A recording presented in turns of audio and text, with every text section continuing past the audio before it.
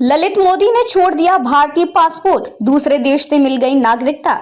Indian premiere league के पूर्व अध्यक्ष ललित मोदी ने भारतीय पासपोर्ट को सरेंडर करने के लिए आवेदन कर दिया है। उन्हें वनुआतु की नागरिकता मिल गई है। ललित मोदी मनी लॉन्ड्रिंग और विदेशी मुद्रा कानूनों के उल्लंघन के आरोपी हैं। एजेंसियों से बचने के लिए वे 2010 में ही भारत छोड़कर भाग गए थे। वहीं अब किसी और देश की नागरिकता मिलने के बाद ललित मोदी का प्रत्यर्पण और भी मुश्किल हो गया है। जिस देश की नागरिकता मिलने का दावा किया गया है वह एक छोटा सा देश है जो कि प्रशांत महासागर के एक द्वीप में फैला हुआ है। प्रत्यर्पण संधि के मामलों में यह देश पहले से ही कुख्यात है। विदेश मंत्रालय के प्रवक्ता रणधीर जायसवाल ने कहा, उसने लंदन स्थित भारतीय उच्चायोग में अपना पासपोर्ट जमा करने के लिए आवेदन किया है। माना जा रहा है कि ललित मोदी लंबे समय से लंदन में ही रह रहा है।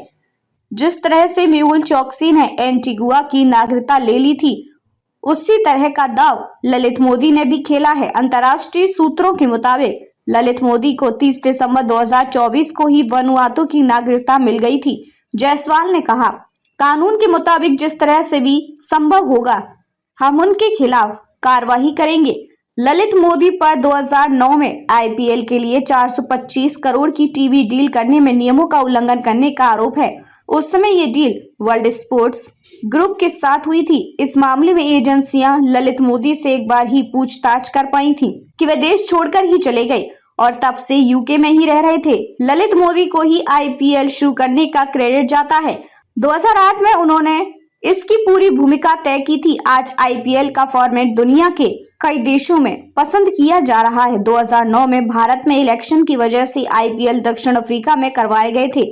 आईपीएल 2010 के बाद ललित मोदी को बीसीसीआई से सस्पेंड कर दिया गया। पुणे और कोची के फ्रेंचाइजी से डील मामले में गड़बड़ी करने के आरोप में उन पर कार्रवाई की गई थी। बीसीसीआई ने उनके खिलाफ जांच करवाई और दोषी पाए जाने पर 2013 में आजीवन बैन कर दिया। वे लंबे समय से लंदन में ही रह रहे हैं। कई बार इंटरव्यू के दौरान उन्होंने खुद को निर्दोष बताया। 2015 में ललित मोदी के खिलाफ मुंबई की एक स्पेशल कोर्ट ने गैर जमानती वारंट जारी किया। ललित मोदी अब जिस देश के नागरिक हैं वह देश प्रशांत महासागर में करीब 80 छोटे छोटे द्वीपों से मिलकर बना है। इस देश की आबादी करीब 3 लाख ही है। 1980 में यह देश फ्रांस और ब्रिटेन से स्वतंत्र हुआ था।